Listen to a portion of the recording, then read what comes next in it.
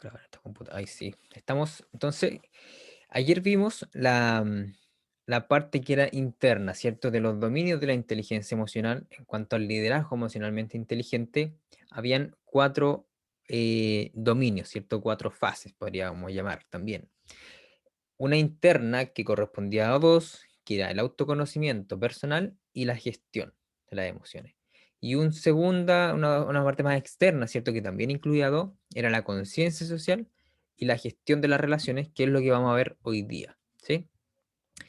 Perfecto. Ahí están mis redes sociales de contacto por si les interesa tomar contacto, hacerme algunas consultas, tal vez que por acá no quieran hacerlas porque son más íntimos, porque no se les ocurrió. Bueno, las pueden hacer después ahí a mis redes. Pueden tomar un pantallazo y nos comunicamos. Comencemos entonces. Perdón, voy a adelantar aquí porque voy a dejar de compartir para adelantar porque están todas, las tengo todas en la misma presentación. Denme un segundito. Denme un segundito.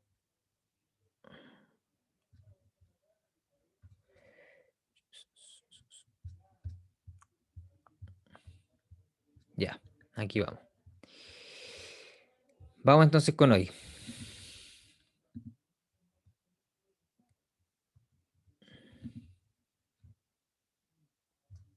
Presentar y compartir, ya. Ahí estamos. Díganme si ven bien la presentación. Entonces hoy día, conciencia social para las relaciones sanas y significativas. Esto en el contexto laboral o en contexto personal, ¿ya? Y en todas las áreas personales que ya hablamos, ¿cierto? Cuando yo hablo de del área personal, no solamente hablo de las relaciones de amigos y de las relaciones de pareja, también están las relaciones familiares, ¿cierto? Y no solamente las relaciones con las personas, sino las relaciones con las cosas, ¿sí? Hay una cosa que se llama celular que también nos afecta emocionalmente y que en la cual debemos desarrollar la inteligencia emocional para tomar buenas decisiones, ¿cierto? Estoy seguro que muchos de ustedes eh, les gustaría pasar menos tiempo en redes sociales y más tiempo en otras cosas, ¿sí? Y no son un bicho raro ni nada, en la mayoría de la gente le pasa lo mismo. Hay un documental muy bueno en Netflix que se llama The Social Media, o Social Media, o los medios digitales en el fondo, donde habla de eso, que es un problema que todos lo tienen, incluso los mismos creadores de las aplicaciones tienen esa dificultad de poder gestionar bien su tiempo con las redes sociales o las aplicaciones. Entonces es un desafío transversal, ya más allá de eso, pero sí implica la habilidad emocional, que es una habilidad transversal para la vida. Entonces, bueno, ¿cómo identifican ustedes? Compártanme en el chat ahí, ¿cómo identifican cómo sienten los demás? ¿Qué es lo que sienten? ¿Cómo se dan cuenta que alguien está sintiendo algo? Compartan ahí. Pueden abrir micrófono, recuerden, si es que lo desean. ¿Cómo ustedes identifican algo? Que alguien está sintiendo algo, que alguien está feliz, que alguien está triste, que alguien tuvo una pérdida, que alguien está vivenciando una emoción o un sentimiento. ¿Cómo se dan cuenta? ¿Con su hijo, con su, con su familia, ¿cierto? ¿Cómo lo notan? Recordemos que esta primera parte es de la conciencia social, ¿cierto? ¿Cómo tomamos conciencia del resto, ¿cierto? De lo que el resto le pasa, de lo que el resto piensa, de lo que el resto valora, en la expresión corporal, ¿cierto? Decía Andrea, eso sería una cosa bien concreta, ¿cierto? Cómo yo expreso con mi cuerpo, con las manos, lo que voy sintiendo. Ahí Michelle también comparte expresión corporal y facial. Perfecto, no solamente el cuerpo, sino la cara, lo que dice la cara, ¿cierto? Porque aparte puedo estar súper feliz, pero así como es diferente, ¿cierto? No es lo mismo. El tono de voz, muy bien. La manera de actuar, perfecto. Las expresiones a través de la comunicación verbal y no verbal, muy bien. Todo perfecto y es lo que vamos a resumir acá en tres etapas, o sea, perdón, en tres secciones. La no verbal y la verbal, ¿cierto? En tres partes principalmente donde se da esto. Una en el rostro, como mencionaban por ahí, que era Michelle, ¿cierto? Que dijo facial, la expresión facial y también María Paz. Entonces, cómo ahí en el rostro se manifiesta la emoción, ¿cierto? Cómo yo tomo conciencia de eso. Por eso es muy importante eh, en este contexto pandémico, uno poder ver a través de la cámara, ¿cierto? Poder ver a la otra persona. porque si yo no las veo, no es la misma comunicación por WhatsApp donde solo hay texto o una videollamada donde no hay, donde no está prendida la cámara del otro lado, pero si se prende yo puedo captar mucho más la comunicación, ¿cierto? Más allá de la llamada solamente con audio. El rostro tiene información y por lo tanto cuando uno se quiere comunicar con alguien, y esto es muy importante, tiene que utilizar el rostro, lo verbal y lo no verbal para comunicar mejor el sentimiento, ¿sí? Esto no quiere decir manipular el mensaje y nada de eso, sino que darse a entender mejor, ¿cierto? Si tú quieres retarle a un niño, muchas veces la gente hace así, no, no, malo, malo, y hacen así, y no están enojados, pero hacen así para que el niño entienda que eso está mal y a mí me enoja, ¿cierto? Entonces, eso es muy importante y ustedes siempre lo tienen que valorar al momento, por ejemplo, de enfrentar un conflicto, que el otro se pueda expresar bien y tú ir donde él a hablar presencialmente, ¿cierto? O sincrónicamente y ojalá si es la virtualidad con la cámara encendida, ¿cierto? Estar ahí presente cuando ustedes hacen clase o con su jefe, con quien sea de aquí en adelante, porque las videollamadas van a permanecer. Tomar en cuenta eso. Por otra parte está el cuerpo, ¿cierto? Como un mensajero de las cosas, una persona, por ejemplo, en los procesos de coaching que yo hago, cuando se hacen preguntas un poco más claves en el proceso de coaching, muchas veces la gente está así como normal hablando y hace, hoy sí, la verdad es que tenía razón eso que me decís, y ya, y él inmediatamente como que se posiciona o se acomoda porque se sintió que eso como que lo posicionó en otro lugar emocional, ¿sí? Como que con el cuerpo te comunica. Bueno, y hay miles de mensajes que ustedes saben. Y en el habla que está lo verbal, o sea, lo que dice, ¿cierto? Y que hay muchas cosas que dice que no son literales, son metáforas, ¿cierto? Son figuras literarias, por así decirlo, que nos permiten entender un poco más, ¿sí? Y son un camino de entrada a la conciencia social, porque muchas veces uno dice, me siento en una encrucijada, como dice ahí. Ya, y tú puedes pensar que está entre dos cosas, pero hay que preguntar, ¿qué sientes tú? O sea, ¿qué significa una encrucijada? No, lo que pasa es que esto, esto, otro, esto se desenvuelve así, ya sea. La persona se puede expresar con eso. Entonces, y también en lo no verbal, o sea, el tono que lo dice. Muchas veces sabemos que las personas hablan algo, pero no, si no, si estoy bien, como dice el Abello, ¿cierto? Estoy bien. Y simula, ¿cierto? Un tono que no corresponda a lo que está diciendo, ¿cierto? Y eso es lo que causa la risa. El cuerpo, bueno, como sabemos, hay muchas partes, o sea, puede ser la cabeza, la inclinación de la cabeza, el movimiento del pecho, hombros, cuerpo, las manos, ¿cierto? Hay un montón de detalles que expresan las emociones. Por lo tanto, es muy importante mirar, si es que tengo la posibilidad de mirar, eh, o acceder a esa información para tomar conciencia de lo que los demás están pensando, sintiendo. En las reuniones, en la vida profesional es muy común eso, donde el jefe está dando órdenes o manda un mail, por ejemplo, un mail lo más alejado de lo aconsejable para gestionar los problemas, porque es algo muy formal, donde muy difícil expresar las emociones. Rara vez hay un emoticón, al menos en WhatsApp hay emoticones, o puedes mandar audio, ¿cierto? Y ahí se cala esto del tono, de la voz, de las palabras, de las metáforas, etcétera. Más espontáneo. Y ahí hay información emocional a la cual uno tiene que acceder, intentar acceder, ¿sí? Tengan presente eso siempre. Perfecto, entonces, siguiendo con esto, em, esa es la forma como nosotros identificamos las emociones, ¿ya? O como accedemos a la información que el otro nos está enviando y podemos nosotros entender qué emociones. Pero hay como un filtro, por así decirlo, o una especie de tubo, por así decirlo, en donde entra eso a nosotros, que es como la empatía, ¿sí? Cómo nosotros empatizamos con eso que nos llega y con la persona, ¿cierto? Eso que nos llega, nosotros volvemos a empatizar ahí con la información, porque recibimos la suficiente información y la dejamos entrar, ¿cierto? Que nos empapara. Pero la empatía tiene podríamos decir que tiene dos acepciones, ¿sí? Una empatía racional y una empatía emocional. ¿Qué quiere decir esto? Denme un segundo aquí. Ya. La empatía racional tiene que ver con un entendimiento de las cosas. Yo entiendo cómo te sientes. Tranquilo, yo entiendo cómo te sientes.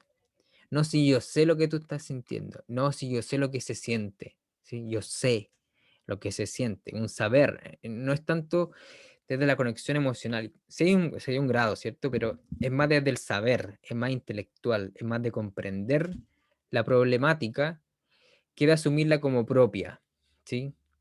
Te doy un ejemplo.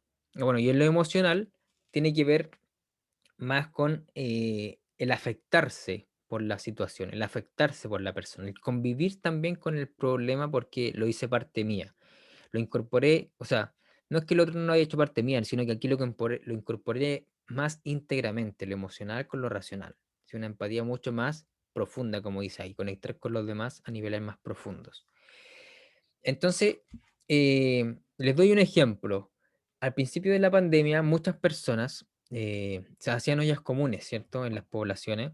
eh, y yo veía por la tele, por ejemplo, que la gente decía, oh, qué pena, o en las redes sociales la gente decía, qué pena, mira, la gente tiene que andar haciendo ollas comunes, el gobierno no ayuda, ¿cierto? Y como que muchos empatizaban con eso. Pero esa empatía era a nivel racional, o sea, estoy seguro que terminaba esa empatía y, oh, qué fome lo que están haciendo ahí en la tele y después va en el celular, ¿cierto? Y se olvidaban de que existía el tema hasta que volvían a verlo. Era una empatía mucho más, más superficial, no tan profunda, porque no estaba integrada. Veían a esa persona, oh, le falta comida, no tiene la ayuda necesaria, qué sé yo, está pasando frío, etcétera. Pero una empatía emocional, o sea, hacerlo más íntegramente, agregando lo emocional, sería yendo a ese lugar y conectando con esa persona. O sea, verle cómo le brillan los ojos, tal vez de pena, entrar a su casa, sentir la humedad en el cuerpo, en nuestra piel, sentir el olor de esa casa, sentir la oscuridad, tal vez, ver el refrigerador y ver que de verdad está vacío, ver que de verdad necesitaba ayuda. Y a esa empatía me afecta un poco más. Los que han hecho voluntariado saben mucho de eso porque uno se empapa con esa realidad en carne y hueso y la vive, ¿sí? Y a eso sería una empatía más emocional, ¿ya? Lo otro no está mal, pero como decías, hay que integrar las dos para ser más empático. Y muchas veces dicen, no, en ponerse en el lugar del otro.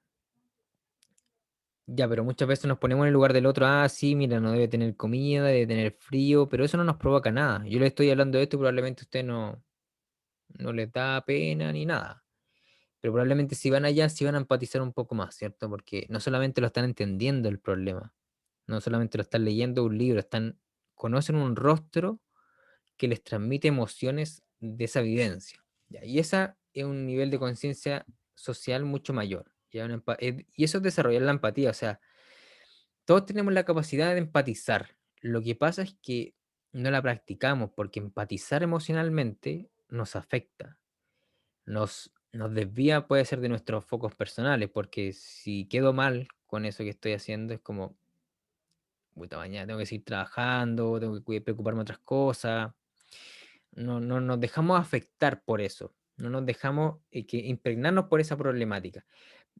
Y les propuse esto de la pobreza, pero puede ser una problemática familiar, una problemática del trabajo, de su colega, de su paciente, de su alumno, etcétera, ¿sí? Ahí ustedes sabrán en qué momento necesitan de ejercitar la empatía, ¿ya? Porque no es que alguien es empático, así como, ay, qué poco empático, así como que no tiene empatía. Tiene empatía, lo que pasa es que no la ocupa, no se deja afectar, no se, no vuelca su interés hacia esa ocasión, ¿cierto? Entonces la invitación de esta conciencia social es interesarnos activamente por las cosas que le preocupan a los demás. Ya no es un interés así como por encima nomás, así como, no, si yo de verdad sé lo que siente, yo me preocupé por lo que por lo que te pasó. No, es activo, es que el otro note ese interés, ¿cierto? Usted mismo estoy seguro que en su vida han notado ese interés cuando alguien lo está escuchando y cuando alguien no lo está escuchando. Cuando alguien de verdad les prestó interés y a los días después le habló y dice, oye, ¿cómo estás? ¿Y cómo te va con eso? Ah, me escuchaste, guardaste el mensaje, empatizaste con mi problema o con mi situación o con la alegría, ¿cierto? Eso es interesarnos activamente. Y pasa mucho en el liderazgo que la gente no se preocupa activamente de los demás, ¿cierto? Los ve como un instrumento para lograr los fines de la organización, por las metas. Ya, pero eso es muy a corto plazo, porque esa persona se va a terminar yendo si no se preocupan de ella. Si tú te preocupas de sus afectos, vas a lograr mucho mejores resultados. Piensen ustedes que trabajan con gente que se tiene que desarrollar y nuevas habilidades, ¿cierto? Para su ocupación. Esas personas también tienen muchas dudas del proceso, qué me irá a pasar, cómo me irán a tratar. Bueno, cuando yo me intereso activamente por esa preocupación, por ese miedo, por esa duda, probablemente voy a generar lo que dice ahí, más confianza, más intimidad, y eso va a generar una relación mucho mejor y mejores resultados también. La primera, entonces, de la conciencia social, una habilidad, según la inteligencia emocional, es la empatía. Otra segunda habilidad es la conciencia organizativa. Explico esto. La conciencia organizativa tiene que ver con cómo yo entiendo que funcionan las organizaciones. Aquí acuérdense que ya pasamos a la parte del liderazgo. Entonces, la conciencia organizativa se refiere a cómo funcionan las cosas, cómo funcionan las redes, cómo funciona mi institución, cómo funciona mi familia.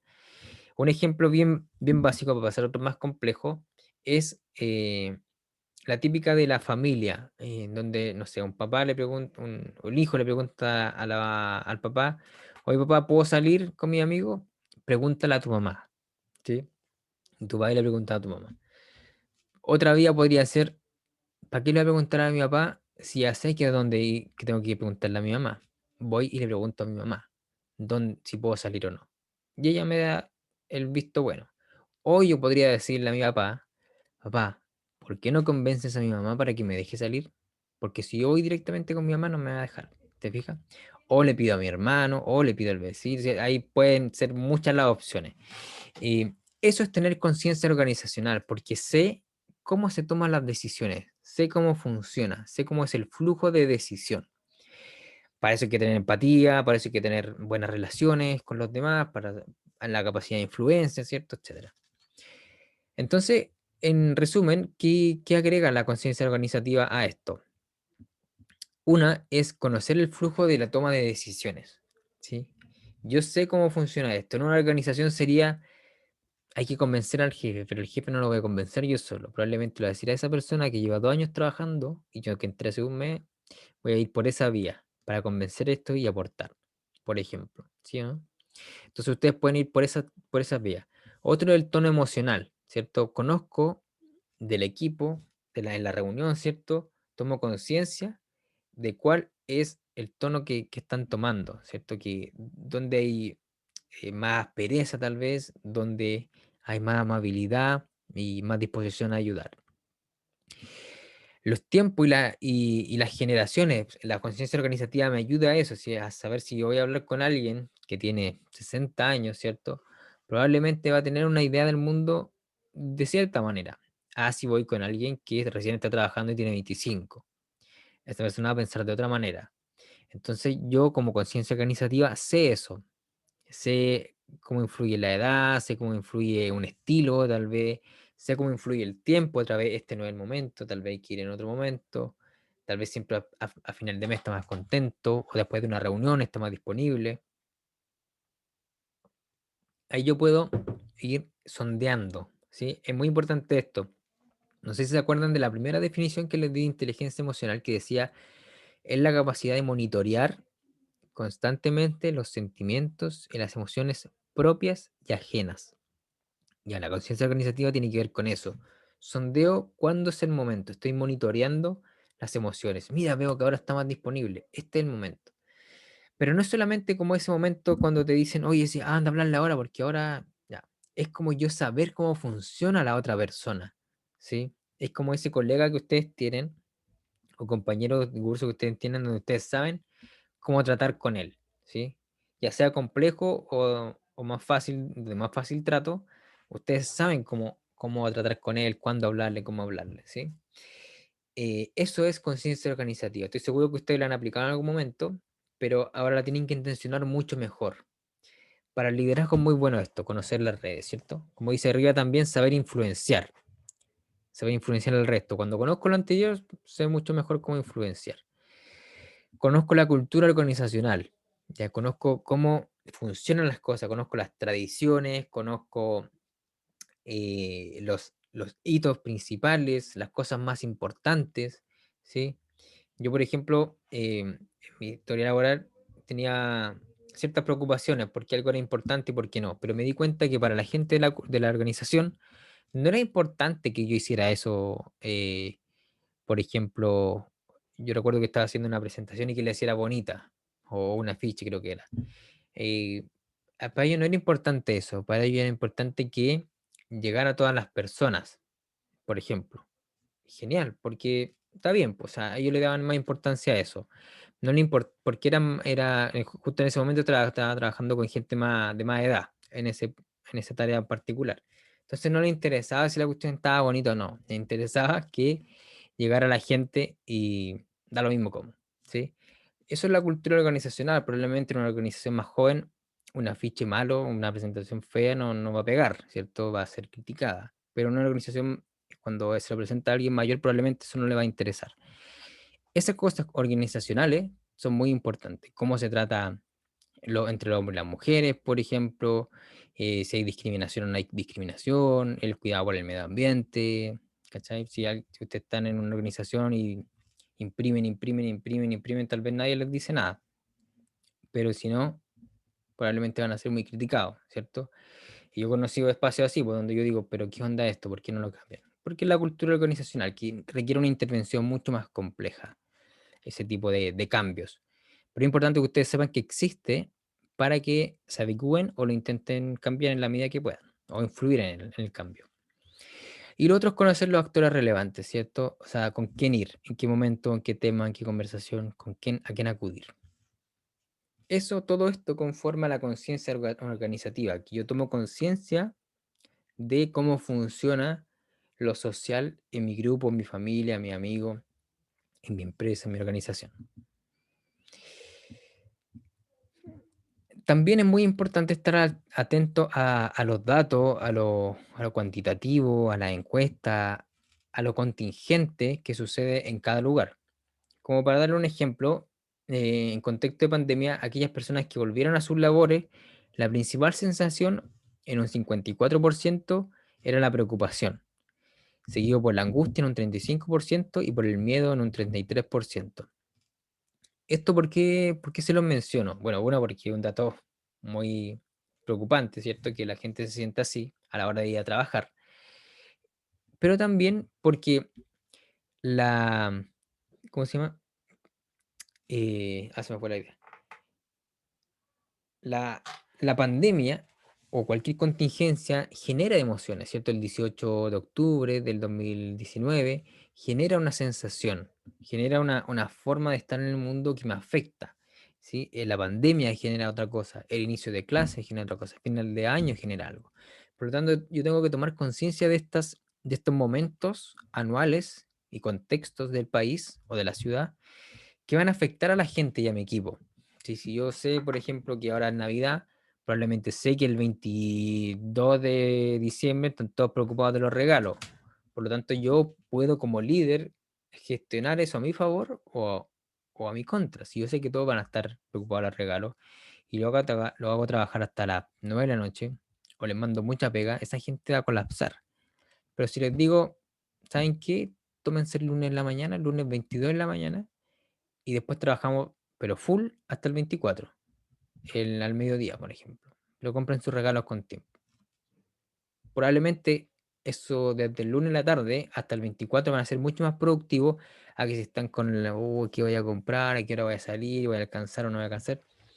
Bueno, ahí el líder tiene que ser capaz de generar de tomar el contexto y utilizarlo a su favor para el bien de la gente y de la organización. ¿Sí? Entonces esto es muy importante. Con la pandemia, por ejemplo, gente que iba a trabajar, ¿rendía realmente si iba a trabajar o no? Bueno, ahí probablemente algunos sí, pero al punto en que voy es que hay que tomar en cuenta mucho el contexto y los resultados que pueda tener mi decisión y probar a ver qué puede ir saliendo. Y esto si son jefes o no son jefes, igual lo pueden hacer con sus alumnos, con sus clientes o pacientes o la gente con la que trabajen. Perfecto. ¿Cuál creen ustedes que es el principal factor que impide un comportamiento saludable en las organizaciones? ¿Qué creen ustedes? Y compártame como idea. Aquí todos tienen la razón, porque es de acuerdo a lo que ustedes creen. ¿Qué creen que influye? ¿Qué factor creen que influye en el comportamiento y la salud de las organizaciones? ¿Qué cosa, qué cosa influye ahí? Piensen ustedes tanto en su jefe, en la gente a la que atienden, en los alumnos, en, en los contextos tal vez sociales grandes, como, ¿qué creen ustedes? ¿Cuál creen ustedes que es el principal factor que impide un comportamiento saludable en las organizaciones? ¿El jefe, los colegas, el salario, la cultura chilena? ¿Qué se les viene a la mente cuando le hago esta pregunta?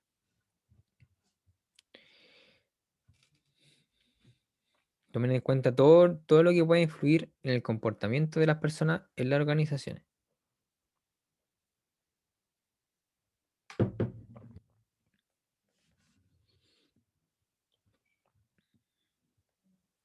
Temor a lo nuevo. Buenísimo, buenísimo, Daniela. Exacto, porque hay muchas veces, sobre todo en este año, ¿cierto? Teníamos que hacer cambios y por temor a hacer los cambios a algo nuevo, eso genera algo muy insalubre en la higiene mental y en la salud emocional, ¿cierto? Porque necesitábamos cambios, o sea, necesitábamos cambiar y no lo hicimos a tiempo. Y eso es una cosa que impide mucho la salud organizacional, ¿cierto? O un comportamiento saludable. Muy buena. Las comunicaciones. Excelente también, gracias Elisa. Se me habían ocurrido todas esas ideas que están nombrando. Las comunicaciones afectan mucho porque, claro, o sea, si no nos comunicamos bien y si los medios de la comunicación que utilizamos no son los correctos, probablemente eso va a ser muy poco saludable, ¿cierto? Lo que les contaba ayer yo del WhatsApp. Cuando uno contesta y después envía al otro el mismo mensaje después y el otro mensaje viene media hora después. Entonces al final entre uno y otro mensaje que respondo hay una hora y todo el caldo de cabeza que hay ahí, ¿cierto? Y los rollos y no se solucionan el problema. Las comunicaciones, la forma en cómo nos comunicamos, incluso presencialmente, es muy relevante. En procesos de coaching yo me doy cuenta que muchas personas generalmente no se comunican bien, no porque no puedan comunicarse bien o no tengan la habilidad, sino generalmente porque no se dan el tiempo, no se practica la habilidad que tienen, pero hay que forjarla, ¿cierto? Otro dice Dani, la inflexibilidad. Exacto, o sea, no es programas muy rígidos que no se adaptan a la persona, al contexto, al lugar, al tiempo, y que nos van ahí empeorando nuestra salud mental. Y el estrés, ¿cierto? Un factor también relevante del estrés que se genera que, una, porque trabajamos mucho, el jornada laboral en Chile es es mucha, y dos, porque no tampoco sabemos manejar el estrés. Durante el periodo de estrés y antes del periodo de estrés, o sea, prevenirlo, ¿sí? Y posterior también, para sacarse el estrés. Como hablábamos ayer de la regulación emocional, ¿a qué vías vamos, cierto? Solemos ir más a la primera, pero tenemos que integrar las otras dos. Buenísimo, gracias por sus comentarios.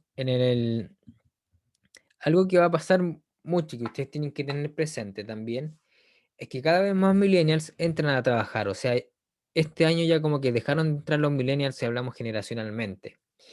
Y los centennials, que son como otra generación, ya, que son los que hoy día estarían como en quinto de la universidad, son otras personas. O sea, los que, no sé quiénes serán los mayores aquí, pero yo tengo primos que son centennials y son otra cosa. Yo soy como de la generación de los millennials y son otra cosa.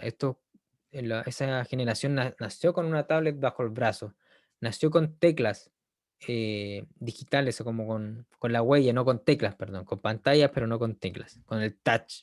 Vienen incorporados con eso, la forma de hacer amigos mediante redes sociales. No tienen problema con eso. Pero claro, los millennials, si bien son otra generación, son un poco más parecidos, pero son distintos. O sea, ¿qué va a pasar? Que las organizaciones, así como era un problema adaptarse a los millennials, o lo tomaban como un problema, y aún no se adaptan, van a tener que adaptarse en unos años más a los centennials. ¿Y cómo lo van a hacer? Y ustedes van a tener que hacer los que se adapten de mejor manera a ellos, porque ellos van a ser la generación que viene con ustedes. Entonces es un desafío grande también en donde van a juntarse todas las generaciones ahora en el mundo laboral como fuente de trabajo, ¿cierto? Otra cosa importante es que también va cambiando la cultura. O sea, antes a la gente solamente le interesaba ganar plata para sostener la casa, la familia, ¿cierto? Pero hoy día el trabajo también tiene un sentido significativo en la vida, ¿cierto? No solamente voy a trabajar ahí porque hay que ganar plata, trato de trabajar ahí para que me haga feliz el trabajo, ¿cierto? No siempre se da, pero eso es lo que se intenta al menos por algo eligen una carrera. La achuntaremos o no la achuntaremos una carrera, pero la elegimos, ¿cierto? Y eso provoca un cambio cultural, porque ahora la gente no solamente está enfocada en el trabajo, sino también en las relaciones, en las buenas relaciones que hay en el trabajo. Esta es una de las primeras encuestas, la primera encuesta que se hizo de propósito y trabajo, perdón, propósito y cultura en el trabajo. En la primera que se hizo se lanzó ahora en 2021, en enero. Y miren, cuando la persona le pregunta cuáles son los aspectos más importantes, ellos dicen el sueldo, como el sustento de vida, que sigue siendo la principal razón para trabajar, ¿cierto? 54%. Esto obviamente no suma un 200%, es como la forma en cómo hicieron el estudio, ¿cierto? Después viene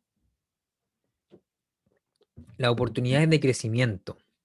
Fíjense lo importante, que no solamente es como páguenme bien, sino háganme crecer, denme desafíos, denme oportunidades para yo desarrollarme como profesional y tener la oportunidad de trabajar.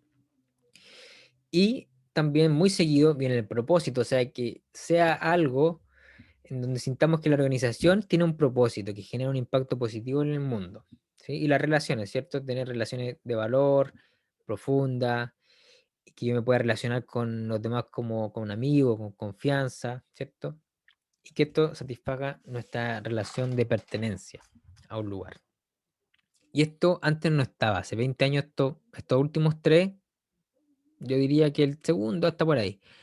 Pero ahora esto ya es parte de, o sea, es como que se metió en el tema y bien que haya sido así, porque esto tiene que ser así para nuestra salud mental y inteligencia emocional, pero tenemos que desarrollarlo, tenemos que acostumbrarnos a esto, ¿cierto?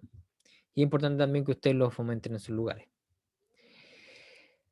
Fíjense que también aquí cuando les preguntan a la gente, en, en naranjo está lo que dice cuáles son las variables que consideran más importantes al momento de elegir dónde trabajar. La mayoría de la gente dice el sueldo. Eso es lo más importante para elegir dónde trabajar, el sueldo como el factor principal. Pero en segundo lugar sale la cultura de la organización, el ambiente de trabajo. O sea, la gente va a preferir, aunque le paguen un poquito más, estar en un lugar mejor, o sea, menos, estar en un lugar mejor. ¿Sí? Entonces esto es muy relevante también porque confirma lo anterior. Es del mismo estudio, pero de otra forma de preguntar y la gente sigue respondiendo lo mismo.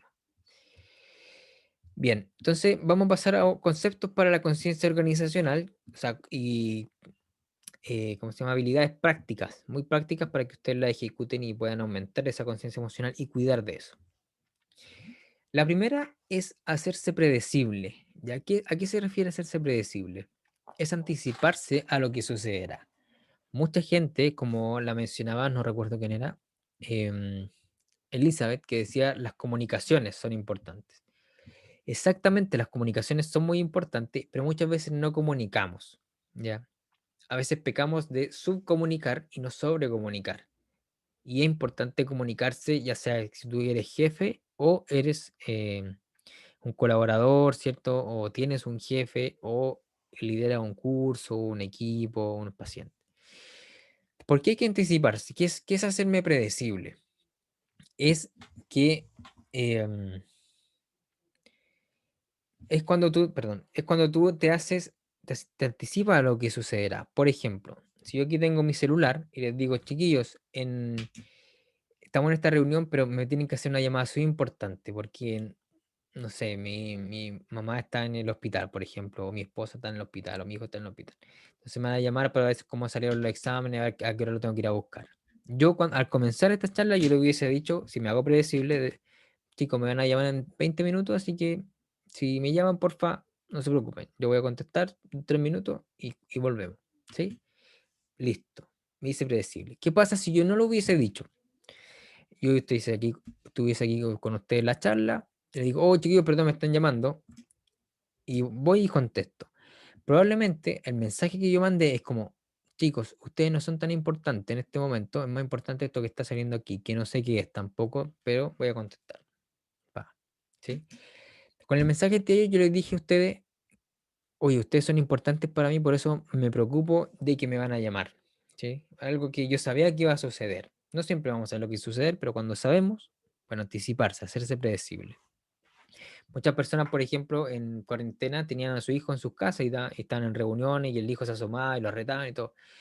Pero mucha gente también yo la veía y se unía con alegría. O sea, chicos, les aviso que estoy con mi hijo y probablemente si estoy mirando hacia allá es porque estoy con él. Y lo estoy mirando para ver cómo está. No es que esté mirando cómo pasan los pájaros afuera y cómo está jugando el gato, sino porque está mi hijo ahí y yo lo estoy viendo como él juega y esto que no le pasa nada. ¿Ya? Y si me paro en algún momento es por eso. Eso hace que yo a ustedes les diga, oye, ustedes son importantes para mí, no quiero que malinterpreten lo que estoy haciendo, ¿ya? ¿Qué pasa esto? Un efecto positivo, por ejemplo, es que menos cosas de poner atención para el resto. ¿Qué le estará pasando? Si yo estoy aquí dando la charla y estoy todo el rato así, y miro para el lado, y miro para arriba, y claro, ustedes van a pensar, ¿qué está haciendo él? Y se van a distraer de lo que estoy hablando y todo. Bueno, menos cosas que poner atención. Recuerdo una vez que yo tenía también estaba trabajando con un jefe y yo anotaba todo en el celular, un blog de notas, entonces estamos en la reunión, anotando todas las tareas, todas las cosas, los comentarios, y él no sabía si yo estaba en WhatsApp o estaba en las redes sociales, ¿cierto? Estaba con el celular. Entonces yo le tuve que decir, tranquilo, estoy anotando todo en el celular. Estoy trabajando, tú tranquilo, estamos en la misma onda. No, no es que no te esté pescando y esté metido en redes sociales y diciéndote sí, sí, sí, sí, sí. No, estoy en eso. Pero yo porque lo entendía él, porque él no lo hace, él lo anota en una tarjeta, o sea, en una libreta, perdón. Pero bueno, hay gente que no va a saber. Yo muchas veces estoy en una reunión y veo a la gente con los celulares y yo, estarán anotando, estarán en Facebook o en Instagram. Queda la duda, ¿cierto? Entonces, cuando uno dice eso, se anticipa y dice, me relajo, este compadre está trabajando, sigamos adelante. Previenen los conflictos porque si la otra persona se pasó todo el rollo de que tú estabas ahí en el celular, eso va a generar conflicto, va a generar malentendido, va a generar una sensación de, este compadre no me da tanta confianza, ¿cierto? Más profesionalismo de tu parte, ¿cierto? Más consideración de tu parte, demuestra madurez, demuestra profesionalismo, se alinean las expectativas porque sabemos qué esperamos, ¿cierto? Del otro, o sea, me van a llamar en 30 minutos o va a entrar una persona por la puerta, así que en cualquier momento pasa eso. Oh, chiquillos, me vienen a buscar y me voy a tener que retirar de la reunión media hora antes, por si acaso, porque me pusieron una reunión que yo no sabía. Diferente que si yo voy, pasa media hora, hoy chiquillos, perdón, me tengo que ir. ¿Qué siente una persona cuando está en una reunión y alguien se va? Es como este compadre está valorando más otras cosas que esta reunión, en la cual yo sí la valoro porque estoy dando acá, pudiendo hacer otra cosa, ¿sí? Entonces, háganse predecibles porque eso va a generar una conciencia. Bueno, de partida, uno se hace predecible cuando sabe lo que el otro puede sentir. ¿Sí?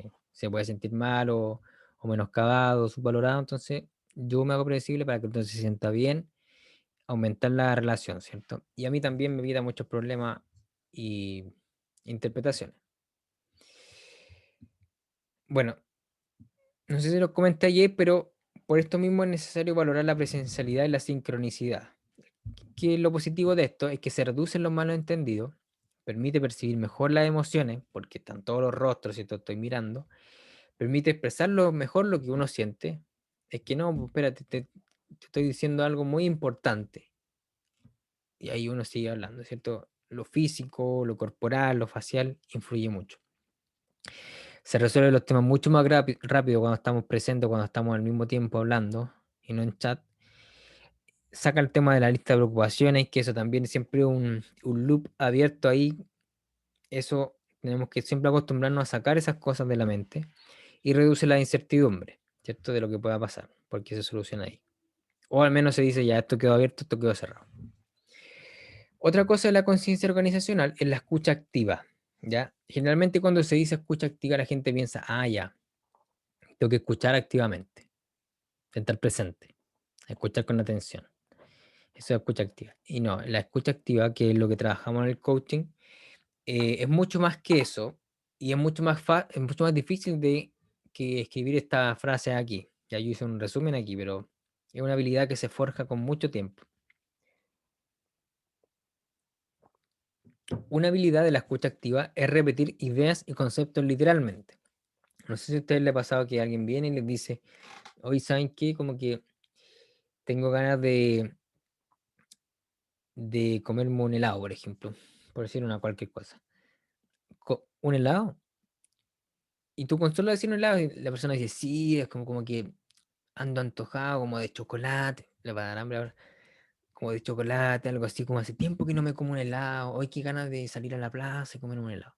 Ya, con solamente repetir un helado, la persona sintió que tú lo estabas escuchando. Si repetiste un concepto, literalmente, no agregaste nada, un helado, y la otra persona se explayó. Así mismo sucede con muchas cosas. Siento que este trabajo no me está quedando bien. ¿No te está quedando bien? No, porque mira, ya. Eso es escucha activa. Generalmente la gente se abre después de eso, de que tú repites una palabra. Hagan la prueba. Solamente repiten una palabra cuando alguien les cuente algo. Hay personas que no les van a decir nada, obviamente, son más introvertidos, pero la mayoría de la gente va a decir algo. Parafrasear lo que se ha dicho. En el fondo, decir con tus palabras eso que la otra persona se ha dicho. Por ejemplo, si alguien ha dicho, esto ya no sé si me va a quedar bien la presentación que estoy haciendo para el proyecto. Ah, no sabes cómo te está quedando la presentación. Sí, más o menos eso, porque no sé, como que los objetivos no están bien claros, los indicadores me generan alguna duda.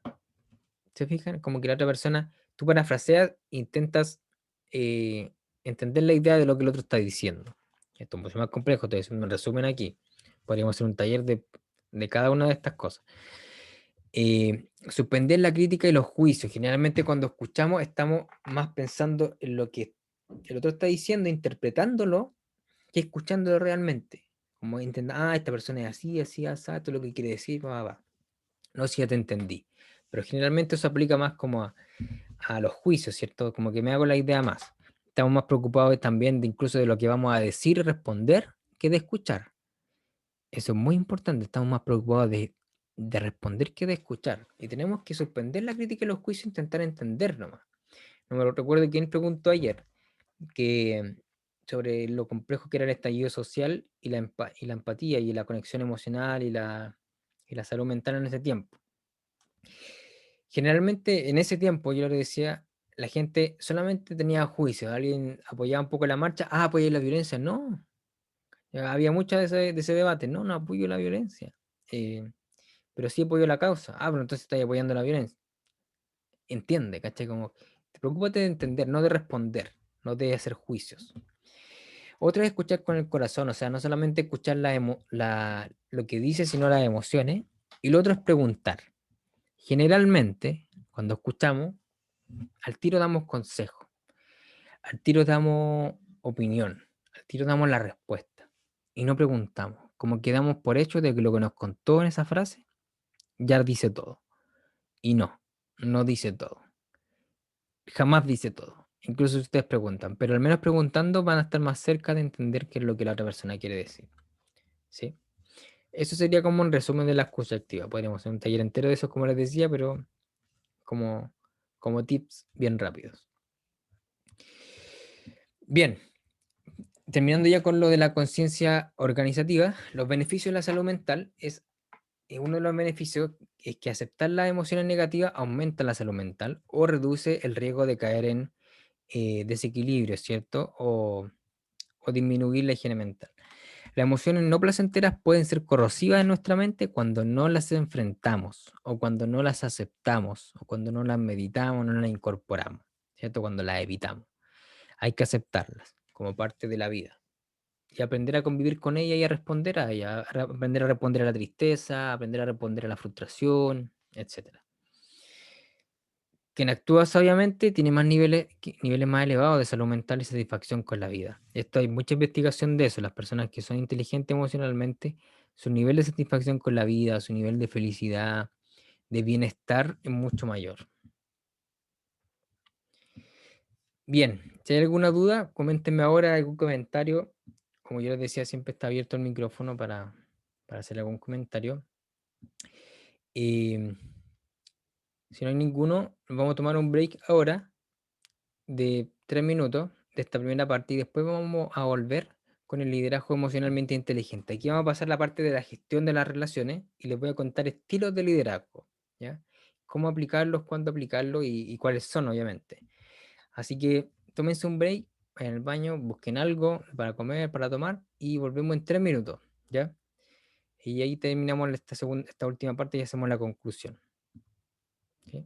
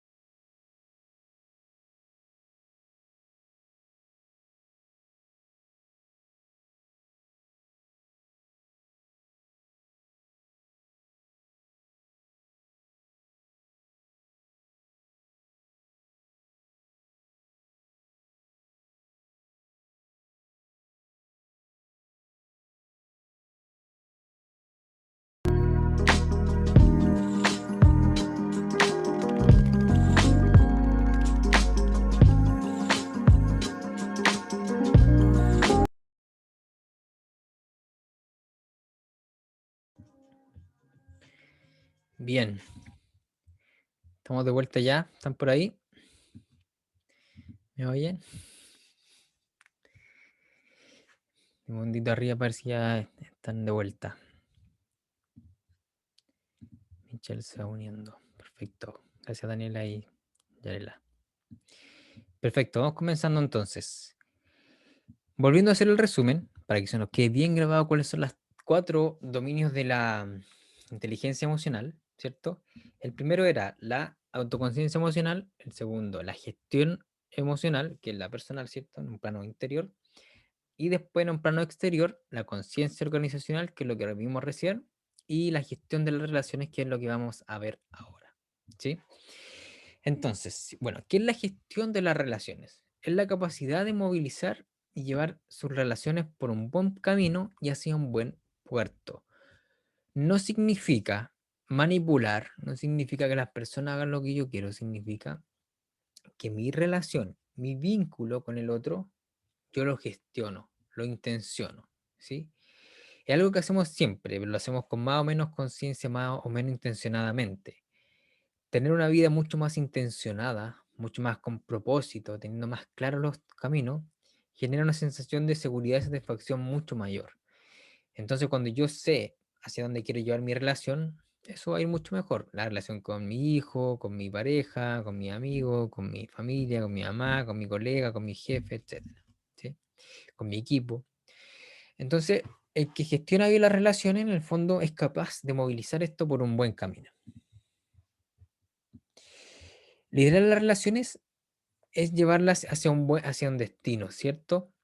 ¿Por qué? Porque cuando yo siempre lidero una relación, o sea, nosotros siempre estamos liderando. Cuando nosotros decimos a alguien en nuestro trabajo, oye, hagamos esto, o le decimos a alguien, vamos a la plaza, eso ya es liderar, eso ya es influir. Y las relaciones yo las lidero, o sea, si no las lidero, si no influyen en ella, entonces terminan en cualquier parte, donde la otra persona quiere ir, ¿cierto? Pero yo tengo que influir en esa relación porque es de a dos. Entonces, el liderar significa poner medios, ¿cierto? Pongo recursos, pongo el tiempo, pongo el dinero si es necesario, pongo los materiales, lo que sea necesario para gestionar esa relación. En ver el futuro, donde yo me visualizo con esa persona, con mi amigo, con mi pareja, ¿cierto? Decidir qué es mejor para nosotros y saber cuándo ceder. Esto también se da todo esto se da en el plano laboral como personal. Cuando ceder es algo muy como de negociación, ¿cierto? Se ve que eso se ve mucho. O sea, cuando yo tengo que saber si es que siempre me impongo, voy a estar generando en el otro una sensación de malestar, de incomodidad conmigo. Tengo que también aprender a ceder.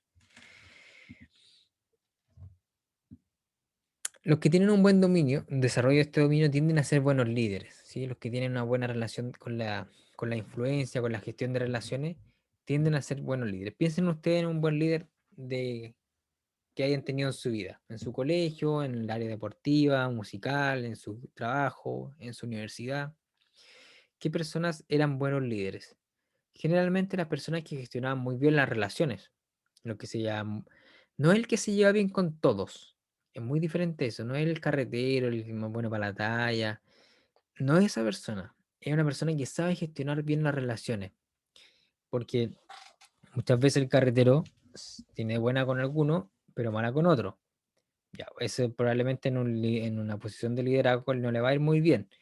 Tiene que trabajar en integrar a más gente, ¿cierto? Y aprender a convivir con ella.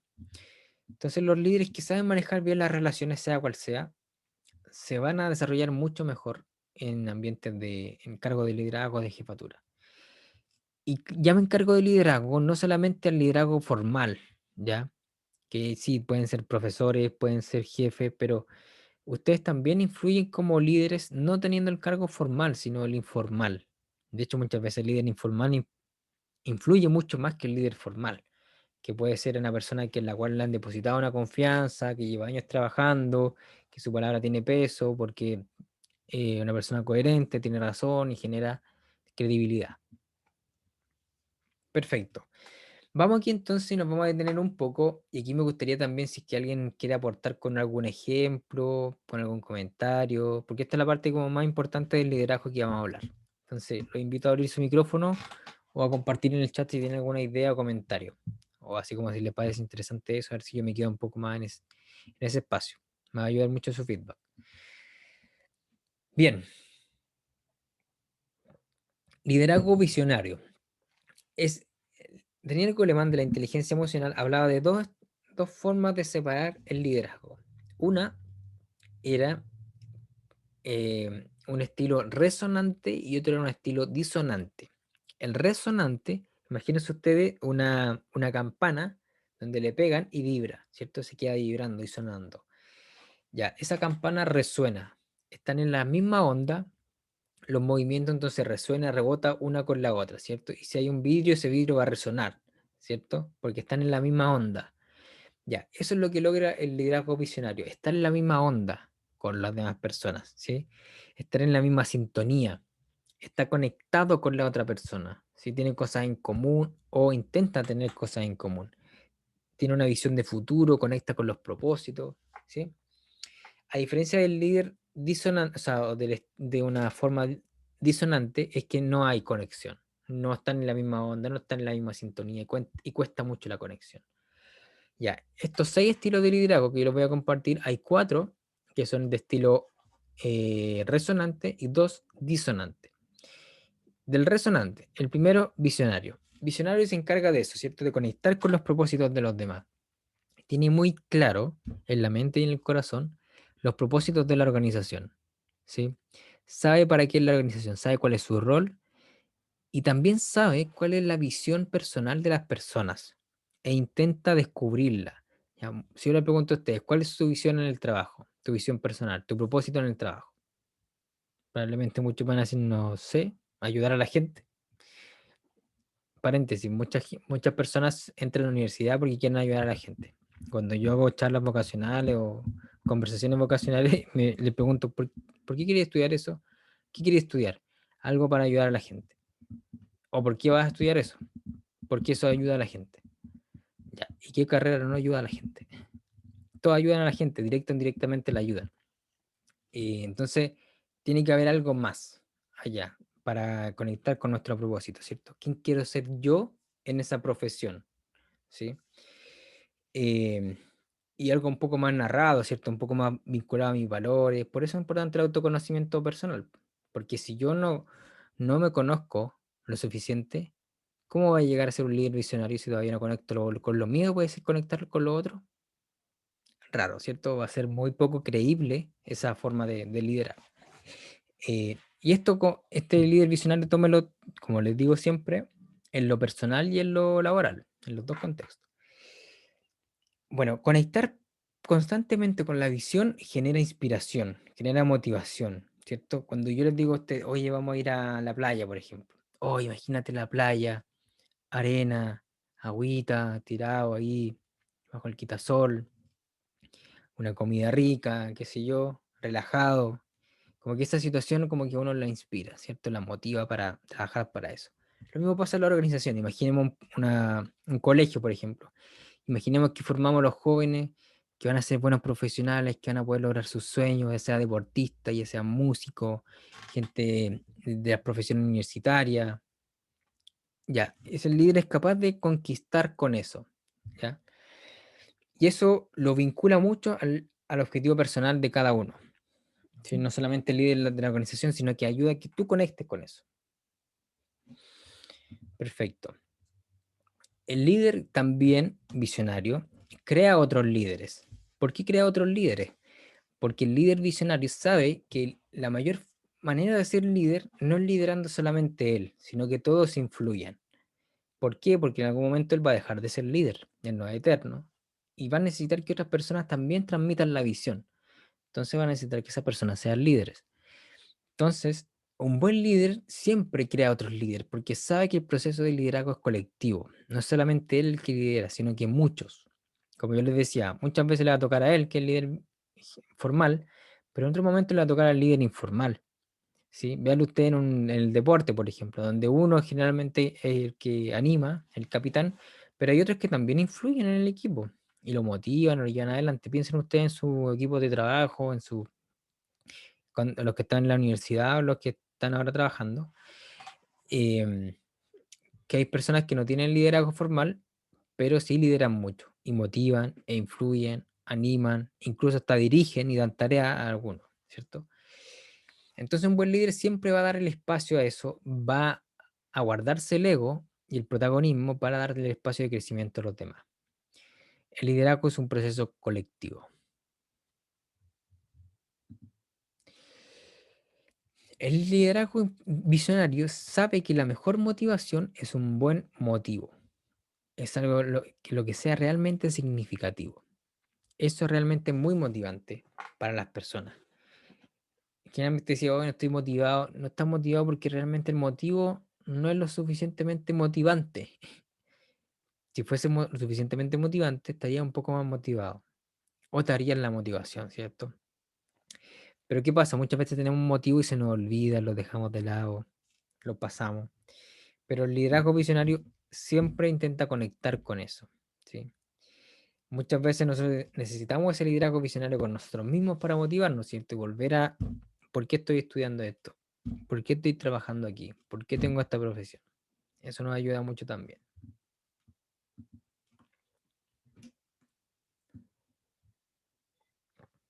Otra cosa del liderazgo visionario es que no solamente hace que hagan las cosas, sino que deseen hacerlas. Como la motivación e inspiración es tanta, bueno, él intenta motivar para que la persona desee de corazón hacerla, más que por una instrucción, por una tarea, que desea hacerla porque eso es parte de su propósito personal. El propósito personal de los trabajadores concluye, o sea, calza con el de la organización. Entonces hay una motivación doble incluso. Perfecto. Si hay comentarios, consultas de este estilo de liderazgo, de preguntas o anécdotas, me las pueden ir comentando. Habiliten el micrófono o hablan en el chat. Segundo estilo de liderazgo, el líder coach. El líder coach, bueno, la palabra en español es como el liderazgo, el entrenador, el coach, pero en el tema de profesión de coach, el coach es una persona que acompaña a otra persona a desarrollarse, ¿sí? No necesariamente tiene que ser deportivo. Y bueno, y hay otras habilidades más que se desarrollan en lo ejecutivo y en el desarrollo personal. Todas estas cosas que hemos hablado. Se trabaja de manera personalizada con los equipos, con las personas. ¿Cuál es la premisa del liderazgo coach? Es que el líder coach siempre cree que las otras personas pueden. Siempre cree en el desarrollo de los demás. Es como si yo los viera a usted a la cara y les dijera, yo creo que ustedes eso que quieren hacer ahora, lo pueden hacer. Si trabajan, si se esfuerzan, podrán hacerlo. Porque tienen la habilidad, pero tienen un potencial que tiene interferencias que no las deja surgir, dar el salto. Y ahí esa interferencia hay que sacarla. El líder coach sabe que tienen ese potencial y esa fortaleza. ¿Cuántas veces ustedes han querido en su trabajo o en otros contextos que hayan confiado en ustedes? En que le hayan dicho, oye, te encargo esto. Yo creo que tú eres capaz. Bueno, eso con el líder coach, alguien que desarrolla esta habilidad de líder coach va a estar mucho más pendiente de eso. Como dice abajo, sabe escuchar, sabe cuál es, y porque te escucha, entonces conecta con tu objetivo, con tu visión, sabe en qué momento ofrecerte los desafíos, porque te conoce, y qué desafío ofrecerte, y bueno, vas a saber también hasta qué nivel de exigencia, porque vas a saber cuál es tu estado actual y qué es lo que tú puedes tolerar.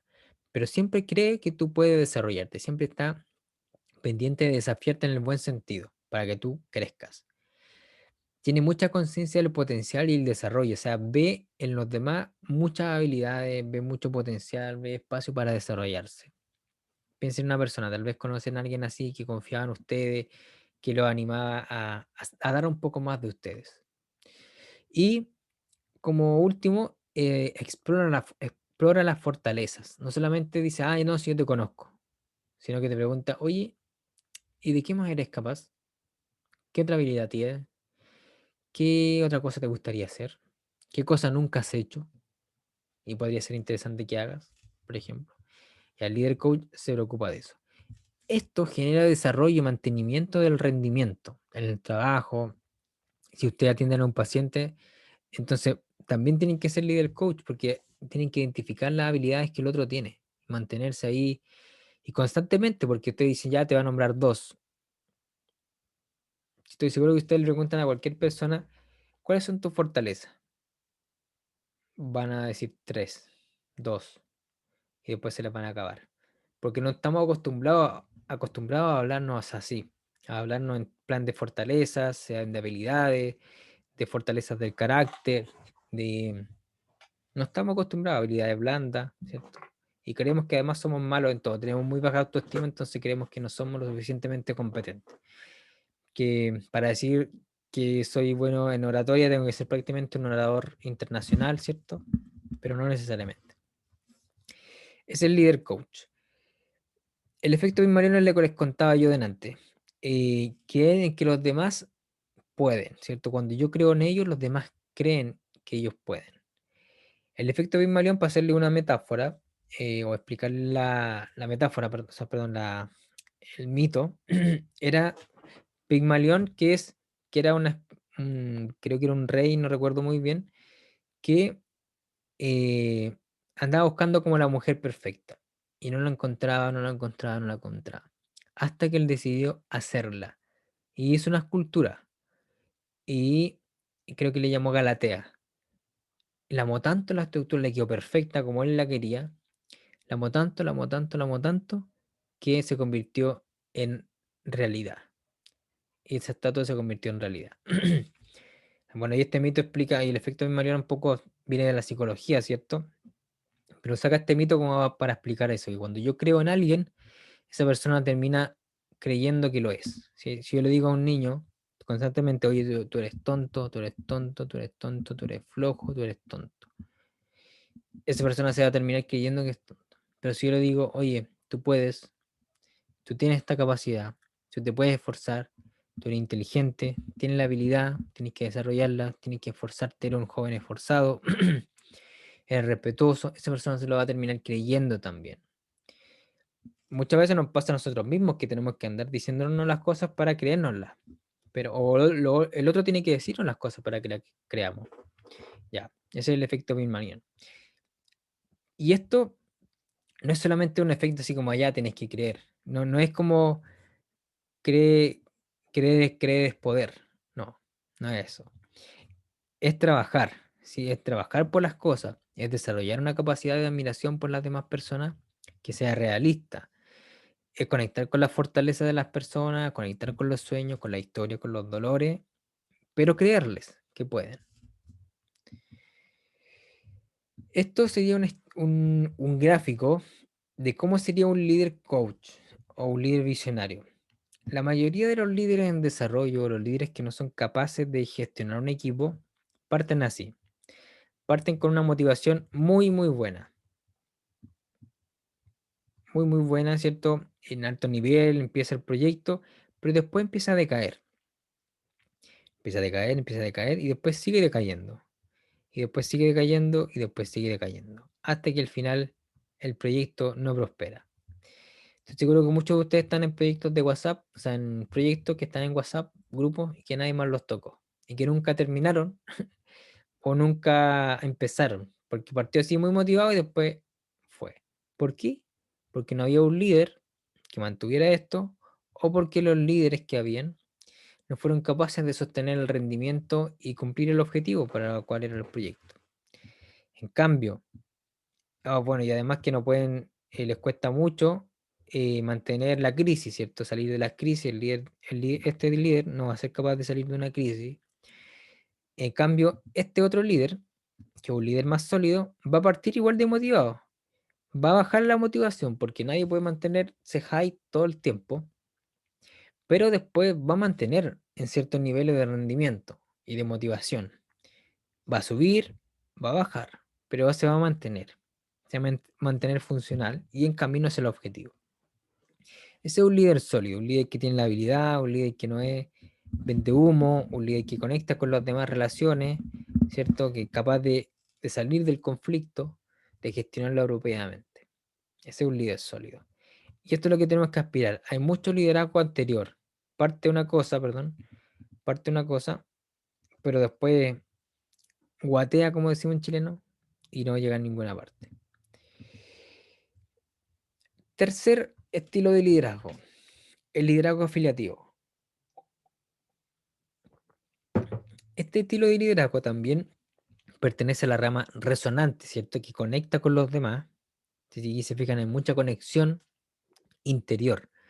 A diferencia de la gestión, el liderazgo tiene que ver más con algo emocional, o sea, con algo personal. La gestión tiene que ver más con las tareas, con la administración, ¿sí? Pero un líder que es un buen gestor va a hacer las cosas muy bien, pero un gestor que no tiene liderazgo va a ser un dolor de cabeza para todos los trabajadores de ese equipo. En cambio, un líder que es buen líder puede incluso apoyarse en las otras personas para gestar la administración de un proyecto, lo que sea. Líder afiliativo. Entonces, las relaciones importan. Esta es la premisa principal. Se encarga mucho de conectar con las personas a nivel, no como el coach que vendría siendo un acento más en el plano del desarrollo, sí, en el plano de creo en ti, mejora, creo que puedes seguir adelante. Este tiene que ver más con me importas tú como persona y quiero vincularme contigo de manera afectiva y significativa, ¿sí? No afectiva sexual, sino que afectiva como quiero conocerte y me interesas como persona y quiero conectar con eso, quiero conocer, obviamente en los planos que se pueda, ¿cierto? Conocer tu familia, tu amigo, qué equipo te gusta, qué música te gusta, hoy, qué bacán. Ese líder que, por ejemplo, hace fiesta, que se preocupa de que haya espacio, de que celebren los cumpleaños, de que haya espacio gratuito para que la gente pueda conversar, que no sea todo pura tarea, para que se generen los vínculos principalmente. El líder afiliativo no solamente se preocupa de sí mismo y de la relación con el otro, sino que los otros se relacionen bien. No hay nada peor que un jefe que cahuinea, un jefe que habla mal de los suyos frente a los compañeros. Eso sí que es malo, porque eso no genera ninguna confianza, eso no genera ningún vínculo, eso más bien demuestra la carencia emocional de poder afectarse con una persona, de poder llevar adelante un proceso motivacional para mejorar si que esa persona lo hizo mal. Solamente demuestra carencias en el plano de liderazgo. Se preocupa del estado integral, no solamente se preocupa de que quiero relacionarme contigo, sino que quiero que estés bien. Bien y bien en todo sentido, ¿cierto? En lo familiar, en lo personal. Y fortalece la relación entre los miembros, como les decía, de que las personas se lleven bien, ¿sí? Muchos líderes no toman en cuenta eso, dicen, ah, ya, están peleando, pelearon, se trataron mal en la reunión. Eso es grave porque eso merma la confianza, porque eso separa, porque eso hace grupo, porque eso hiere. Algunos serán como, "Oh, pero qué sensibles". No, no es sensibilidad, somos emocionales, como dijimos ayer. Somos seres que constantemente tenemos emociones. Si no las cuidamos, eso va mermando el ambiente laboral, el ambiente familiar, el ambiente de amistad. Y eso hay que gestionarlo bien. Mucha gente dice, no, se pelean y el otro día se olvida. No, no, no. Eso va a seguir ahí. Y eso incluso peor puede extrapolarse a otras relaciones con otros colegas, porque no todos lo toman de la misma manera. Un cuarto estilo de liderazgo es el liderazgo democrático, ¿ya? En el liderazgo democrático, la premisa es todos importan, todos son importantes en la decisión, todos tienen que ser tomados en cuenta. La particularidad de esto es que, bueno, así como al principio partimos con el visionario, ¿cierto? El coach, el afiliativo y el democrático, los más resonantes son los primeros, ese fue en orden de resonancia. Son los que más alientan lo mejor de las personas, es el visionario, después el coach, el afiliativo y este. El democrático no es tan positivo como el coach, por ejemplo, en cuanto a lo emocional, a motivar. Pero sí es muy importante utilizarlo porque muchas veces la gente necesita expresarse, la gente necesita ser parte de las decisiones. Incluso, aunque eso lleva un camino más largo, preguntarles es mucho mejor. Incluso también, la mayoría de las veces va a generar información que no sabíamos. Esto lo tienen que hacer tanto en grupos masivos cuando ustedes sean jefe o si ya lo son, como con alumnos o como con sus pacientes, o sea, preguntar cómo se sienten, que se sientan parte del proceso, del desarrollo del proyecto, de la atención, de lo que sea, de la educación incluso. facilita mucho la participación. El líder democrático siempre está pendiente de que la gente participe, de que estén ojalá todos, pero también esto puede generar una contraproducencia, porque el exceso de democracia en ciertos contextos va a generar hastío, va a generar repulsión al final. ¿Para qué me llaman a esta reunión si al final no toman en cuenta lo que pienso? ¿Sí? Como que simulamos un ambiente democrático, pero que al final igual va a tomar la decisión. Es como un saludo a la bandera. No, si aquí estamos todos conversamos, pero al final igual él toma la decisión. No, eso no está bien porque eso al final genera todo lo contrario, la disonancia. Entonces, pero cuando está bien aplicado, se genera la resonancia, ¿cierto? Y se facilita la participación para que todos voten, opinen, sean parte de. No quiere decir que él le haga caso en todo, sino que la gente participe. Habrá que haber momentos donde tú tienes que hacer que los demás voten y a otros donde tienes que solamente escuchar. Eso, pero esto hace sentir que las personas se sientan valoradas, ¿sí? Que sienten que se le involucra todo en la toma de decisión, ¿sí? Para hacerle como un resumen de estas cuatro, es que estas cuatro no es que yo tenga que ocupar una u otra, sino tengo que ocuparlas todas y desarrollar habilidades para ocuparlas bien todas. Porque Daniel Goleman lo explicaba muy bien. Él decía, esto es como un palo de golf. La mayoría no ha jugado golf, así que pongámoslo en zapatillas. Si tú vas a la montaña, te va a poner un tipo de zapatillas. Si tú vas a una gala, te va a poner un tipo de zapatos. Si tú vas a trabajar en el día, otro tipo de zapatos. Si vas a trotar en el cemento, un tipo de zapatos. Si vas a jugar fútbol, otro tipo de zapatos, ¿cierto? Para cada momento ocupamos un tipo de zapato o un tipo de ropa. De la misma manera el liderazgo, ¿cierto? En estos estilos. Tengo que saber cuándo ser visionario. Si soy solamente visionario siempre y siempre estoy visionando el futuro y conectando con los deseos, los sueños, los propósitos, al final es como, ya, pero compadre, aterriza, vos, por favor, aterriza. Si soy coach y siempre estoy buscando el desarrollo de la gente, al final la gente va a estar agotada de tanto esforzarse, ¿cierto? Si soy afiliativo, solamente me preocupo de la relación en qué momento trabajamos. Si soy democrático, pura democracia, oye, ya, pero qué lata estar en esta reunión eterna, donde todos hablan, ¿cierto? Donde quieren escuchar a los 30, al final es una lata, ¿cierto? El líder democrático sabe, o sea, perdón, el buen líder sabe en qué momento ocupar qué estilo. Y además tiene la capacidad de ocuparlo, porque se ha forjado en eso, ¿sí? Todos tenemos un estilo más que otro. Por ejemplo, yo les podría decir, yo soy más coach. Mi estilo de liderazgo es mucho más coach, tirado para el visionario un poco, así como en segundo lugar, y los otros estarían como los tres al mismo lugar. Pero yo tengo que saber que tengo que estimular el democrático y el afiliativo, sobre todo, que podría ser el mío más débil, de vincularme con las demás personas, de darme tiempo con ellos, de tomarme un café, de no hablar de trabajo, sino de la vida, para forjar las habilidades que corresponden a ese estilo, ¿cierto? Entonces, estos son los estilos resonantes. En cuanto a los estilos disonantes, están el autocrático, que vendría siendo la persona contraria a la democrática, ¿cierto? Que ella toma las decisiones, eh, y que esto genera mucha disonancia, o sea, genera repulsión en la gente, genera malestar.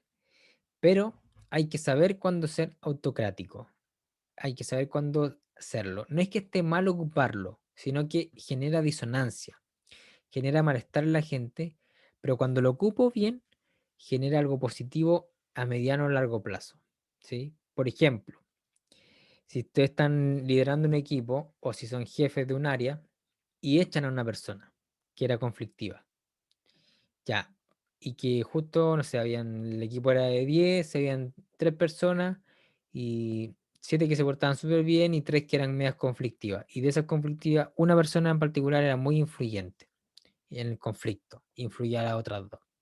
Y ustedes van y echan a esa persona. Eso iba a generar un conflicto en las otras dos y en las demás personas probablemente alguno que otro. No le preguntaste a nadie, solamente fuiste, diagnosticaste, la echaste. Ya, eso como que generó un terremoto, pero sabías que en el largo plazo eso iba a ser bueno, ¿sí? Y las otras dos personas se volvieron más desarrollaron otra habilidad, ya no fueron tan influyentes, se dejaron influir por la otra persona y se incorporaron naturalmente al equipo. Ya esa podría ser una autocrática un poco más conocida, pero otra puede ser con tomar decisiones drásticas en el financiamiento, en cerrar una empresa, en, en iniciar un proyecto, ¿cierto? Y en tomar decisiones drásticas. Pero eso requiere visión, requiere convicción, requiere valentía, requiere conocimiento de las personas, saber cuál es el impacto que va a provocar mi decisión y asumir las consecuencias. Asumir las consecuencias positivas que va a tener en el corto plazo y las positivas. Eh, como dice ahí, suele provocar malestar en el grupo en el corto plazo, pero en el largo plazo es positivo. Puede tener consecuencias positivas al evitar riesgo y peligro en el futuro. Este estilo, como les decía, igual que los anteriores, se tiene que ocupar. Es un estilo que yo les recomiendo ocupar, pero que sepan cuándo. Si lo ocupan mucho, va a ser una dictadura su liderazgo o su forma de guiar al paciente o lo que sea, ¿cierto? Pero necesitamos convicción de repente, hay que tomar decisiones, hay que arriesgarse, hay que tener visión, ¿sí? Pero hay que saber cuándo. Igual que los anteriores, si ocupo mucho uno, no va a ir muy bien la cosa. Y el liderazgo timonel, que vendría siendo el último, el más resonante, o sea, el que produce más malestar, pero que también podría ser ocupado algunas veces. La frase tipo de él dice, marcar el paso para elevar el rendimiento. ¿Cómo explico esto? Lo traducen en timonel, pero otro concepto en inglés. Pero vendría siendo como el líder marcapaso, el líder que conduce, el líder que va adelante siempre. Imagínese usted si estuviesen en una maratón, una triatlón, en donde el líder, el timonel, va el que va adelante, el que se esfuerza más, el que se saca la mugre, el que más entrena. Él marca el ejemplo de su liderazgo así. Oye, tienen que hacer esto porque yo lo hago, ¿sí? Pero muchas veces el líder agota, porque no tenemos la capacidad. Pues, si yo a mí me hacen a entrenar con ese tipo, yo probablemente a la semana decir, oye, pero si yo no puedo, po, no puedo, no tengo esa capacidad física todavía, la tengo que entrenar. Entonces, tal vez en algún momento me va a servir que me lidere, pero otras veces no, me va a agotar. Y el típico líder que trabaja mucho, mucho, mucho y le exige a la gente lo mismo. El problema es que la gente no puede dar siempre lo mismo y muchas veces tampoco tiene la habilidad para darlo a nivel de él. El líder timonel generalmente es una persona muy hábil, que tiene la capacidad laboral para hacer eso que está pidiendo, que lo hace él también y que lo exige de la misma manera, pero la gente no tiene esa habilidad todo el rato, ¿cierto? No tiene esa capacidad de resistir y esa habilidad como en el tiempo, de rendir a esa, ¿cómo se llama? A esa altura. Entonces, como dice ahí, da el ejemplo del rendimiento, o sea, marca la pauta, espera que los demás rindan al mismo nivel, y eso puede ser positivo, muy motivante, cuando el equipo es capaz, pero si el equipo no es capaz, ese ejemplo de rendimiento al final va a generar disonancia y no resonancia. Y en grupos grandes se puede sacar mucho provecho, y en grupos no capaces puede provocar malestar y enfado al final, porque siente que no valoran, que la gente no valora, pero ¿quién no valora cómo las otras personas son y las capacidades que tienen? A diferencia, por ejemplo, del coach. Esto sería muy interesante vincularlo con el coach. ¿Por qué? Porque exijo, exijo, exijo, después voy con un estilo más coach. ¿Qué te falta para desarrollarte? Perfecto. Vamos por aquí. Entonces pasa a este es tu siguiente paso. No me sigas a mí, sigue así. Este es tu siguiente nivel, tu indicador, tu objetivo. ¿Sí? O algo más afiliativo, por ejemplo, ya tranquilo, si te entiendo, vamos a descansar un rato, y vamos a tomar un café, a comer algo, ¿sí? Entonces, como les decía, estos estilos no son ni buenos ni malos, pero son resonantes y disonantes y hay que saber cuándo ocuparlos, ¿sí? En qué momento, qué contexto, con qué persona. Como había una frase ayer de Aristóteles, que lo emocional es fácil, saber, enojarse es fácil, pero saber con quién, cuándo, dónde, con qué intensidad, eso es lo difícil. Lo mismo con los estilos de liderazgo. Aplicarlo probablemente para ustedes sea uno más fácil. No sé cuál será su liderazgo con el cual más se sienten identificados, pero hay que saber habilitar los otros en nosotros mismos. Habilitar las habilidades que tenemos potenciarla, desarrollarla, para que las podamos hacer. Todos tienen la capacidad de hacerlo, pero tenemos uno más que otro, ¿cierto? Pero hay que intentar practicar los tres. Hay mucha gente que, por ejemplo, lo autoritario se le da muy mal. Hay gente que lo autoritario se le da muy bien, porque siempre han mandado y se les da bien mandar. Y hay otras que no son capaces de dar una instrucción. Yo conozco muchas personas así y que no son capaces de decirle a alguien, oye, a esto. Generalmente se lo piden como un favor. No, dile que lo tiene que hacer porque si no lo hace no va a pasar X cosas. Hay mucha gente que no es capaz de, por ejemplo, liderar timonel, o sea, dar un ejemplo de rendimiento. Hay otras personas que son incapaces de conectar con la visión de la organización o la visión personal, qué cosa les motiva. Eso es algo muy preocupante en la salud mental. Han hecho hartas investigaciones, por ejemplo, con el liderazgo visionario, de que la mayoría de la gente no tiene un propósito declarado. Y eso, y las personas que lo tienen un mayor bienestar en la vida, una mayor satisfacción con la vida. El concepto que se usa cuando se estudia la felicidad o el bienestar, no es la felicidad, no tanto la felicidad, sino el bienestar subjetivo. Eh, entonces, cuando hablan de bienestar subjetivo, las personas que tienen propósito declarado, más allá de si lo que lo están cumpliendo o no, tenerlo declarado influye mucho en el bienestar, como la tranquilidad, como el sentido de propósito, la intención en la vida. Esto con los estilos de liderazgo, entonces, ¿hay algún comentario, algún aporte que quieran hacer? Yo, bienvenido, lo recibo. Entonces, bueno, siguiendo, y ya terminando, están estos 6 estilos, ¿cierto? El visionario, el coaching, el afiliativo y el democrático, del más resonante arriba hasta el más disonante abajo, el autoritario y el timonel. Arriba los que son denominados resonantes y abajo los disonantes. Como les decía, y vuelvo a repetir porque es muy importante, hay que ocuparlos todos. Bien, y para ir terminando ya, una frase que me gusta mucho de Daniel Goleman es esta, y es que los grandes líderes son personas muy movilizadoras, personas que despiertan nuestro entusiasmo, alientan lo mejor que hay en nosotros y, bueno, son capaces por esto mismo de sacar el potencial que hay y elevarnos, mantenernos a un buen rendimiento.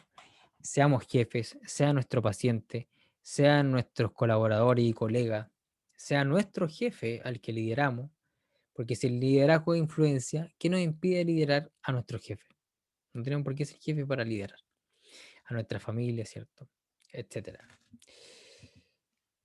Perfecto. También les quiero recomendar este video de Víctor Coopers, de actitud. Es un video muy, muy bueno, que habla un poco no lo habla del liderazgo informal en sí, pero sí habla de la motivación y de cómo nos relacionamos unos con otros. Les recomiendo el video, dura unos 20 minutos, una charla TED muy, muy, muy entretenida. Porque la YouTube ahí está abierta. Está disponible, perdón. Conclusiones. Bueno, conclusiones finales. Ahí ustedes me pueden dar las de ustedes. Pueden escribiendo en el chat o hablar el micrófono. Por mientras yo voy a ir diciendo algunas que me parece importante mencionar. La primera, en un plano personal, es conózcanse a ustedes mismos. Sus fortalezas, sus debilidades, potencialidades, sus intereses, sus valores, pero hagan el ejercicio de anotar, ¿sí? Yo podríamos hacer otro taller en eso, en cómo guiar un proceso personal, tanto de ustedes como de un paciente con la gente que trabajan. Pero es muy importante conocerse a uno mismo, hacer un test de habilidades o más allá de un test, un diagnóstico personal para la fortaleza y debilidades o las potencialidades, intereses y valores, ¿cierto? Dense tiempo para ustedes.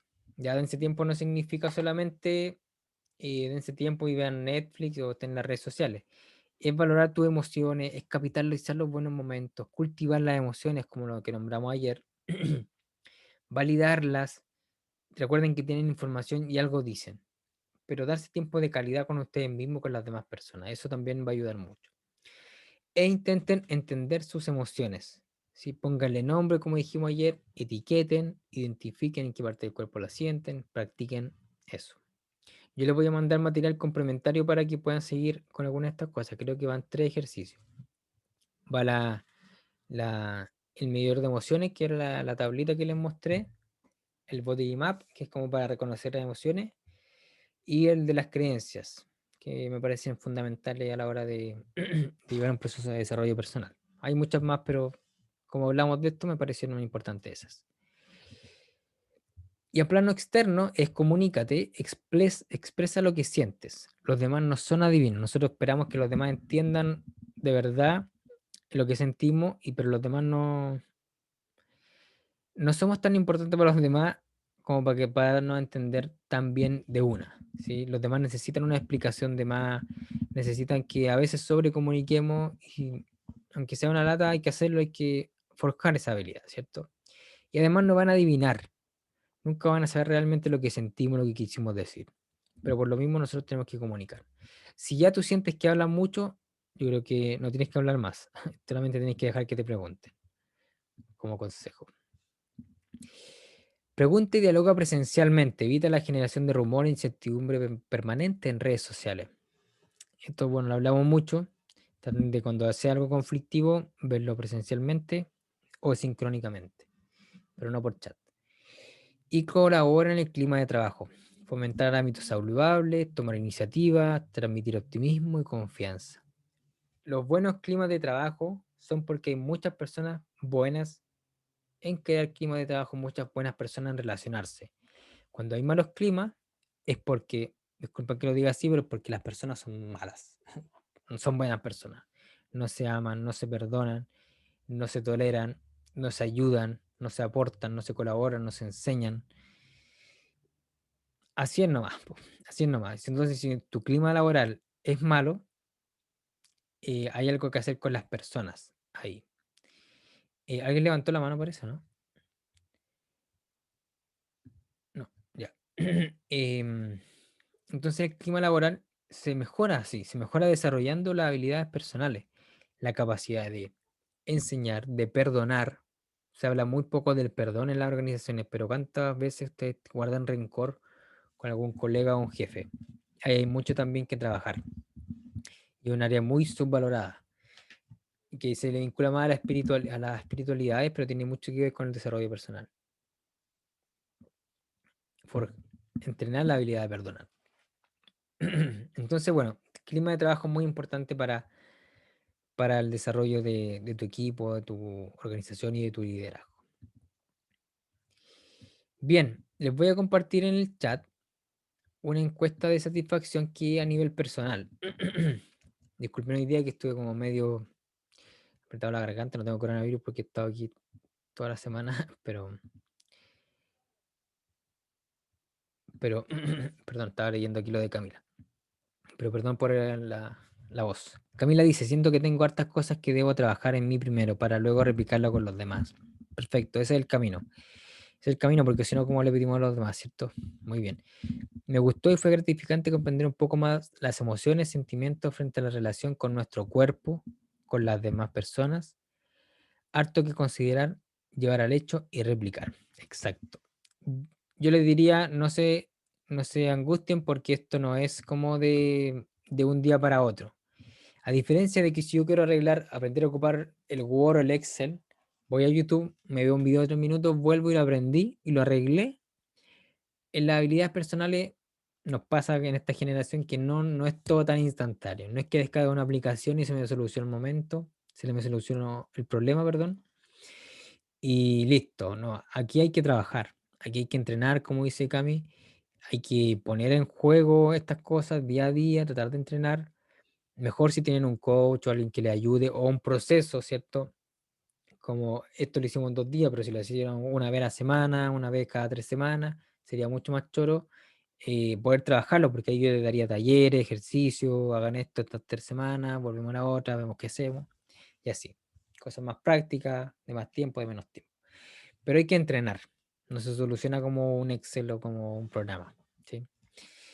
Lo bueno es que es desafiante y va entregando mucha satisfacción personal, mucho bienestar, mucha felicidad también conociéndose a uno mismo y relacionándose mejor con las otras personas. Hay un modelo también de bienestar en el cual dice que son 5 factores fundamentales en el bienestar de las personas y el principal de esos es las relaciones. Tener relaciones significativas es uno de los factores más importantes para la felicidad y el bienestar de las personas, para que lo tengan ahí presente. Yo les voy a mandar un link acá, que es una encuesta personal, ¿ya? Que me sirve mucho con las charlas que hago, como para saber, ahí se lo envié, para saber qué opinan como de mi trabajo, cómo fue esta charla, qué opiniones tienen de lo que hicimos acá, qué le hubiese gustado, qué estuvo bueno, ¿cierto? Ahí están las preguntas. Hagan clic ahí para que se le abra la pestaña y después la puedan contestar. Es súper corta, pero para mí va a ser muy útil. Se le agradecería de corazón que la puedan completar. También hay una parte de testimonio. Em, Eso, pinchenla ahí para que se les quede abierto porque si cierro el Zoom ya se va a ir. Bien, no sé si hay algún otro comentario, algún otro como Camila, alguien quiere abrir el micrófono para seguir ir cerrando el curso.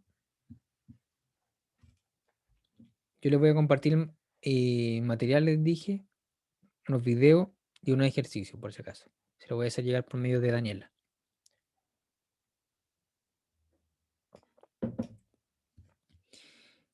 Déjenme que les voy a sacar un pantallazo a los nombres.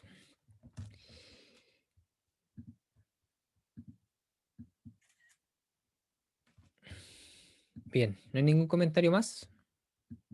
Si así, entonces damos por terminado este curso. Muchas gracias por su atención, por su permanencia, por sus contactos, por sus comentarios en el chat. Espero que en otro momento podamos también compartir. Aquí ustedes también denle su feedback a Daniela para ver qué les pareció personalmente. En el link me lo dan a mí, pero me parece bueno también que por el mail le digan, oye, buena esta instancia, sería bueno hablar de esto, sería bueno trabajar este otro tema. Y así le ayudan a ella también en el proceso que tiene con ustedes. Muchas gracias por su atención. Estoy atento a lo que necesiten de mí.